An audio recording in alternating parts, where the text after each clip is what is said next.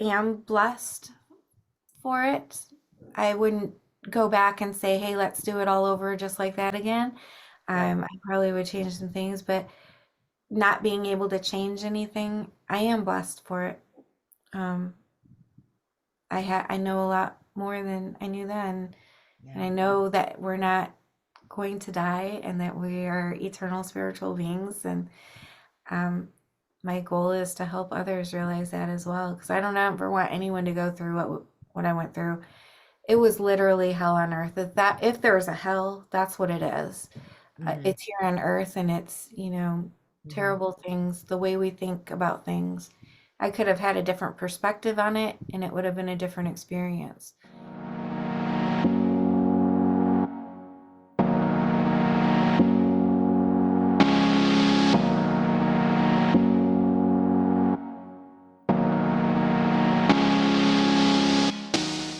Uh, and then I was like, I'm going to just do it right now. I had about 5 minutes before I had to be out the door.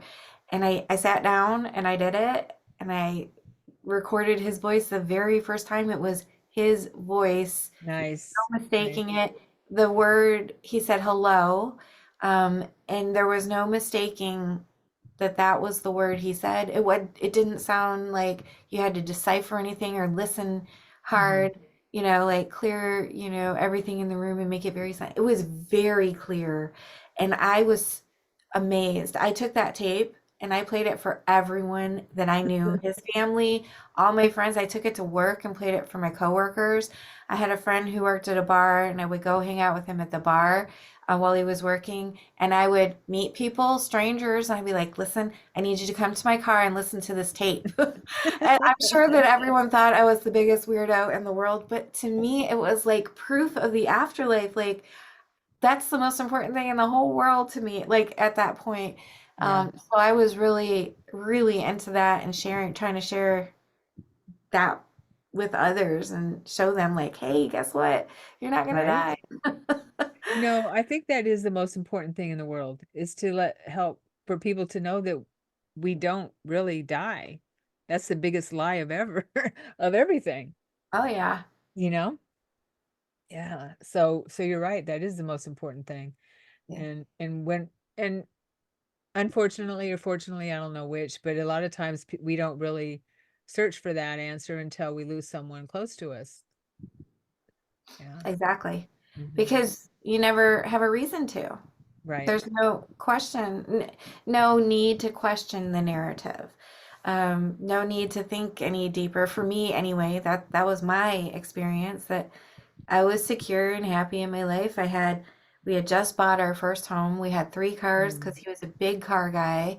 And we had our two sons, and we had bought a house in the best school district in Vegas for our boys. They were going to go to good schools. We both had great jobs. I was working actually two jobs. I had just got my dream job. Um, you know, 2 months before this happened practically. And so we were living it the way you're supposed to live it, the American Right. dream, what we American thought, dream. Yeah, totally. yeah. Yeah. Did I have to ask this? Did anything happen to the homeless person? Yes, we had an amazing detective, and he found the homeless person um, before my husband even was taken off life support. Mm. So, Good. and which is remarkable because he was homeless, but he went out there and he watched every surveillance video that he could find. He had a whole team working with him, and they found him. They busted him sleeping on someone's couch. He wasn't even out on the streets. He was crashing on someone's couch. So they did find him. He was sentenced to 4 years in prison. 40 or four? Four, Four? 4 years. Four. Hmm. Wow. So, but I was grateful that they found him, Yes. Yeah. and that he did get some sort of punishment for it. So Yeah. that was what mattered. Um, and even though he served his 4 years, he has to live the rest of his life knowing that he did that. Right. And maybe he didn't care then, but there's got to be a point in his life where it hits him like how he destroyed people. And our family wasn't the only one. He had a huge record, a very long record. Like, I don't know if you, telephone books back then were about like this big. The detective told me it was like a telephone book, his record. So whatever is going to happen to him, it's not, it really isn't up to the law either. He'll It's get his punishment in the end of what he yeah, deserves. yeah.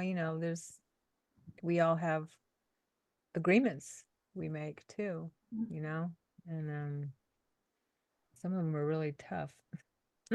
And that might be part of it. That might Mhm. have been something that I actually agreed to live through. My husband as well, volunteering to help me with whatever Mhm. experience I wanted to have.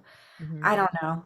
I don't know. I Right. think that I am blessed for it. I wouldn't go back and say, hey, let's do it all over just like that again. Right. I probably would change some things, but not being able to change anything, I am blessed for it. Um, I know a lot more than I knew then, and Yeah. I know that we're not going to die and that we are eternal spiritual beings. And um, my goal is to help others realize that as well, because I don't ever want anyone to go through what I went through.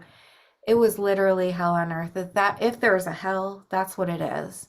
Mhm. It's here on earth, and it's Mhm. terrible things. The way we think about things, I could have had a different perspective on it, and it would have been a different experience. But for me, it was. I'm only 26. He's only 30. Why? This is so unfair. We have these two little boys. I was very like self-centered and feeling very cheated and Sure. for my family, cheated for my boys, cheated Sure. for me. Um, and there's other ways of looking at it, but that's the road that I took. But it did lead me to where I am now, so that's okay. Yeah. Well, I would say you have every right to feel that way with something that horrendous happening, of course. Yeah. Yeah. Um, you know, how do I say this? Yeah, we never know God's plan, right? With us, we just don't know.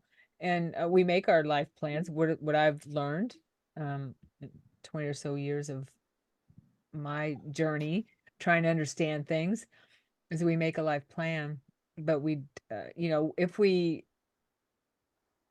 think about, if we're here and we understand and we know what's going to happen, that kind of negates the plan for our spiritual progress, doesn't it? If we know, okay, like for personally for me, why would I choose a life where I was, had violence against me as a child?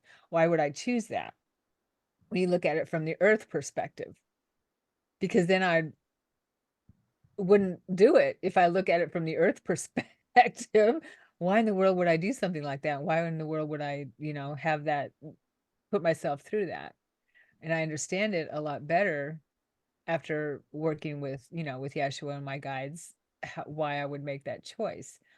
And so we can't see things from this perspective, something, and I've always been told by guidance that those who choose the most challenging experiences are the souls that are the bravest.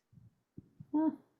Yeah, I know. From this perspective, we're like, whatever, right? But that's what I hear all the time. Well, and I agree with that 100%. Like, why you wouldn't agree to that if you Yeah. actually could remember, like, oh, hey, guess what? You're gonna have like the worst life ever. Horrible, horrible, horrendous things are going to happen to you. You're going to be traumatized beyond repair. And you're going to be like, yes, let's do this. I know. Yeah, I mean, you can't remember. You're right. You can't because you wouldn't go through with it. It would be too awful to think about. You wouldn't be But able to live your life yeah, knowing that that was coming, that kind of thing, or knowing that yeah, that you would chosen that. Exactly, right. And so it would be pointless. Right. The entire thing would be pointless. And if you chose to live your life, and if you did live your life, when these things happen to you, you'd be like, oh, I knew that. Like, what are you going to get out of it? Right. What kind of experience is that going to be? So, yeah, I agree. You can't remember. You can't know. It's got to remain a mystery. Yeah.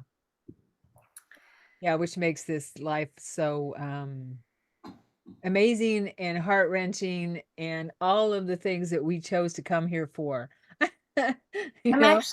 I'm so happy. I'm a much happier person now than before my husband died. I Yeah. was, very uptight, um, just not happy, even though there was nothing to not be happy about. Mhm. I had it all, a beautiful life, wonderful children, a great house, lived in a great area, had a wonderful husband, lovely extended family. My parents were just a mile away, and everything was great. And I wasn't happy. It was like there was always a longing for something. And now, like, I'm so much happier than I was then, even though I've had all these horrible things happen. Um, you really look at life in a different way and you see everything, even just the sky. I Yeah. love to look at the sky. It looks different every time you look at it, and it's never not beautiful. Mhm. That's one Yeah. of my favorite things in the world. Day or night, the sky is one of my favorite things. And just little things like that, a flower blooming or a little bee buzzing by. And you don't take things for granted so much. Dinner with your family, every dinner with my family is special to me because That's a huge I love them gift. so much. It's And a huge gift. Totally. yes, it is a Yeah. huge gift. Some Mhm. people don't have family. They've never had children, and that's cool. That's their path in life. That's fine. But I think Yep. my children are my whole life. Sure.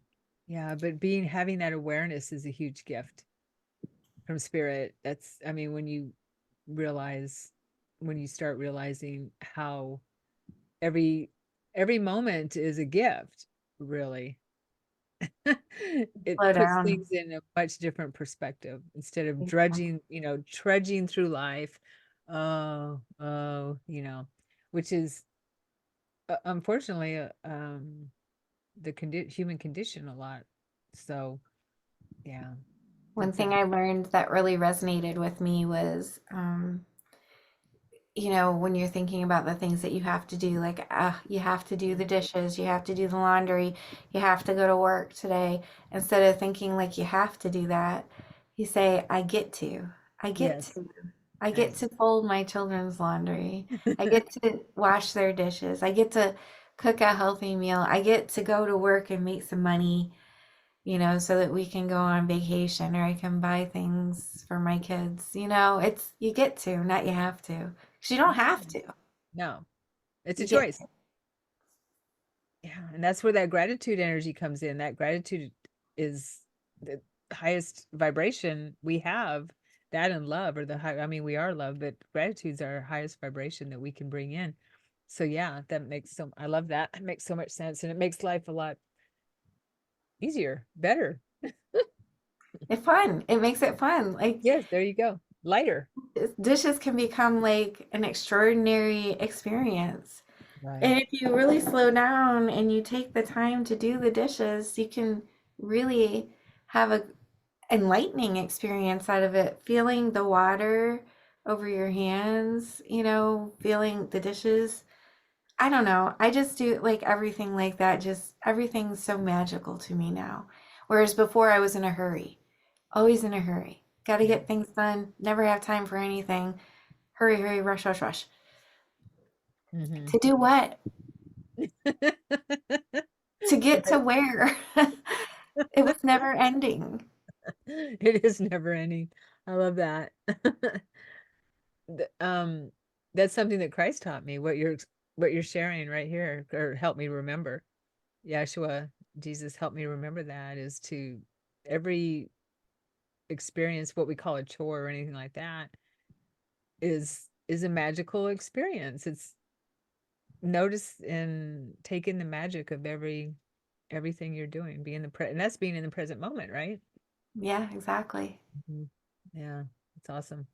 Thank you. Thank you for that. You know, it reminds me of when you said that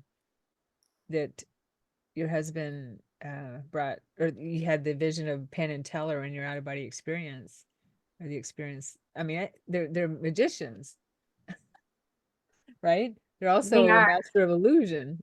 Yeah, that was a dream. That was before I had my Oh, first out of body experience. But yeah, I mean, the same thing applies. Yeah, they're magicians. It was an illusion. What was an mhm, illusion? Like, right. Yeah, yeah, that's pretty profound. yeah. And for him to come out of the back of a magician with the sorrow and the Mhm, pain, like, that's mhm. all got to be connected. Right. Yeah, there's a So, big message there, I'm sure. Yeah. And I'm sure you feel him present in your life with your boys and everything all the time. oh, yeah, he's still. So I quit about 5 or 6 years ago. I stopped having like major, big wild spiritual experiences that those continued for about 15 to 14 or 15 years. I continued having incredible experiences. Wow. Not like every night or anything like that, but they would come in kind of like clusters. So they were just spontaneous for you? Were you trying to induce them? No, I never tried to. Well, I did try to. I was never able to induce them. Mm. However, when I would think about them a lot and I was trying to do them, then randomly I would have one. Yeah, Not because I was trying to have one. Maybe it was a night that I wasn't trying. But right. I think it was like in my head, like, oh, we're thinking about near death or out of body experiences. Let's have an out of body experience. Something like that. My subconscious was picking up on it. Or, I don't know. Could you But that's tell, could you tell, sorry to interrupt you, but could you tell, because I know when I'm have spontaneous ones, I mean, I think about them almost all the time because I'm a traveler. Could you tell, like during your day or before you go to bed or something, like, oh, tonight I'm gonna have one. I just know. You just feel it. Okay. I no, can I tell. couldn't. Okay. They would just happen completely randomly and spontaneously. And Mhm. most of the time, I would fight them off because they were frightening. It was like a very loud roar going through my head. Yeah. I explain it like a train was running through my head. And then the vibrations would start. And usually the vibrations are what would wake me up. And then I would hear that roar and I would be like, oh, this is too much. I can't do this. And I would fight it off. And sometimes I would be like out of my body and still trying to fight it off because I could still feel it. And other times I would be out of my body before all of that got too intense. And then other times, one time in particular, I had like a big full blown out of body journey. Um, I had all of that and I was fighting it off. And then it felt like my consciousness was slung out of a slingshot across the room. It was like, Oh, okay, enough of your fighting. You're going out this time. You don't have a choice. I was slung across the room, hitting my mic here. I was slung across the room and I was out then. And I was like, oh, okay, this is pretty cool because the vibrations weren't there. It didn't have the loud, intense train noise. I was like, let me see if I can fly. And then I started, as soon as I thought that, I started rising up through the ceiling and went up. I remember looking down on the roof and I started just flying around and I was going up and down like I was on a roller coaster. It was amazing. I felt like the exhilaration of it. And the sky was purple and orange, like a sunset, purple and orange, but everywhere, not just in like one little section of the sky, all over the entire sky. And it felt like I was in a slice of time, like either a slice of the future or a slice of the past, but not the present. There was no other people there. It was like there was no life there. It was just like a cardboard cutout of reality or something like that, if that makes sense. mm-hmm. Yeah. It was Yeah. fun. Yeah, I love that. I've seen a purple sky many times. Not purple and orange, I remember, but purple. Deep, beautiful purple sky with stars and constellations. And yeah, I love the image behind you. That's gorgeous. But yeah. Thank you. Yeah, this is my little, Image. I have that on all of my videos and my Facebook and my YouTube. I love it. I think it's so Mhm. pretty with the stars and the different Yeah. colors. Yeah, the Milky Way galaxy. We live in a beautiful galaxy, that's for sure. And we live on a beautiful planet. We Oh my do. gosh, so beautiful. I didn't used to think that. So much has changed for me. It is so beautiful here. It doesn't matter where you are. Hmm. There's beauty everywhere. Yeah, yeah, for sure. Yeah. So, so then you said you don't have you you're not having regular out of body experiences any longer? No, I don't. I still have like signs. My dad died 4 years after my husband from Mhm. cancer. The cancer took him. Mhm. Um, and he sends me a lot of signs still, and so does my husband, but probably more from my dad. Now at this point, I think my husband says I probably gave you enough. I think he does. He gave me a lot of beautiful gifts. A lot. He Yeah. helped me to realize that he was still okay because I needed to know. That was my biggest thing. I needed to know that he was okay and that he wasn't burning in a lake of sulfur fire. You know what I mean? Like Because he I was an had been atheist. raised because he was an atheist and I had been raised to believe that even if you because I had never experienced a huge death like that. I had family members that died, but they were old. Young people weren't supposed to die, Yeah. especially my husband. Like you hear about that, but that doesn't happen to you. Mhm. You don't ever think things are going to happen to you. Yeah. So, it was just really hard for me to know that he still existed, even though I had been Christian. I wanted to know it, not just believe. And so I did start questioning everything I had been taught. How do we know this is true? It's written in words in a book. How do we know this is true? How do we know that we're going to live after we die? How do I know he is? I needed to go through those steps and know. And I did, and he does, and he's not being punished. Right. And There's no it's punishment. really, yeah, it's really remarkable. Awesome. Thank you. And now you have a podcast where you share people's stories of their near-death experiences. I do. Yes, my whole goal about 3 months ago, I'd say I had a calling. I've been wanting to do it for a long time, and I'm in real estate, and I thought real estate was my calling. And I like real estate, I've been doing it. That was my dream job that I got back, right before my husband died. I was working for a builder in Las Vegas. Um, and I love real estate and I'll do real estate a long time, but I had this calling and I always thought, like I said, real estate was my calling. But then I had a calling and I knew what a calling truly was. And I couldn't focus on anything um, until I made my first step towards doing my podcast. And what it is I interview people like you Mhm. and other amazing experiencers who have had life changing things happen to them and share with the world. My goal is to share with the world that we're not going to die the way that we think our bodies might die, but our spirit, our soul, our energy, us goes on forever. And I want everyone to know that. I don't want anyone to ever go through what I went through.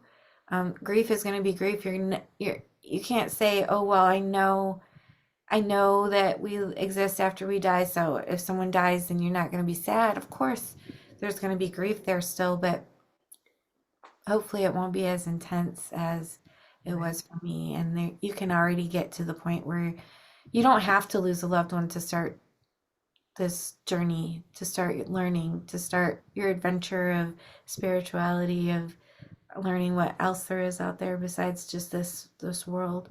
It's Right. there for us to know now, Mhm. and there doesn't have to be a traumatic event. And that way, when traumatic events do happen, we can handle them better. We can take them in stride. Of course, we're going to grieve our loved ones. Like I said, we're going to miss their presence in our life. But we can know with certainty that they are still with us and that we'll be with them again. Nice. So that's what my podcast is all about. That's the goal. Nice. I love that. Thank you. Thank you for doing that and for sharing that beautiful message because it's just so profound. And we're moving into that time where we need to know. We do. We need to know that we are so much more than our physical body. This is just a small part of our eternal soul. For sure. And I feel like the world is changing, the whole planet is changing, and that's why maybe this is coming together. You know, more people are having experiences, more people are talking about it. It's becoming more widely accepted, even though it's still taboo in a few circles. It is becoming more widespread and well known, and people are accepting it.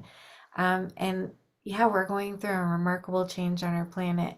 And I Mhm. love the trajectory, and I'm happy to be a part of it. Yeah. Yeah.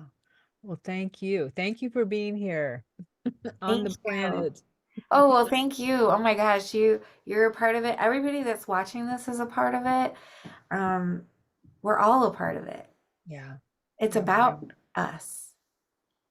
Definitely. Thank you, Tia. Do you have any parting words you'd like to share with my audience? I guess I'd just like to reiterate that, you know, you're never gonna die. Your loved ones are never gonna die. You're gonna keep on going. One thing that I've learned, not one thing, I've learned so many, but one important thing I'd like to share that I've learned from so many near-death experiences is there's not even a lapse in consciousness from the point where they're in their physical body to where they're outside of their physical body. Sometimes there is, but most of the time they're just boom in another place. It's not going to be scary. It's not going to be painful. Most people skip over all of those things and they're just boom in a beautiful, loving, wonderful place that they can't even describe the joy that they feel. That it's just pure joy, which is one of my one of my guests said the other day. The other side is pure joy. There's just not words to describe it, and so don't worry about things like that and live your life to the fullest. Because I feel like if you can remove that fear, at least lessen that fear of death, and especially if you've lost a loved one, don't let that paralyze your life. Because I did for a lot of years. And I don't want anybody else to do that. Keep living. They want you to live your life the best way possible. And don't be afraid to die and go out and do the things that your heart desires. You Hmm. know, take the vacations that you want to take. This world is here for you to experience, not just wake up and go to work and come home and go to sleep and do it all over for the rest of your life until you're 70 years old. Go and do the things that you love now while you can. And things will unfold for you in a way that they're supposed to. And you think, well, how can I do that? I don't have the money. Well, ask. Ask for the money. Ask for the abundance. Ask for the success to get you to the place that you want in your life. Perfect. Perfect. Yes. Hear that, everyone? Live your life. Be happy, be joyful. And thank you for watching. Yes, please also subscribe if you enjoyed the content and like and comment as well. Thank you, Tia. Thank you, Sharon. It's been a pleasure. Same here. Same here. Okay. All right.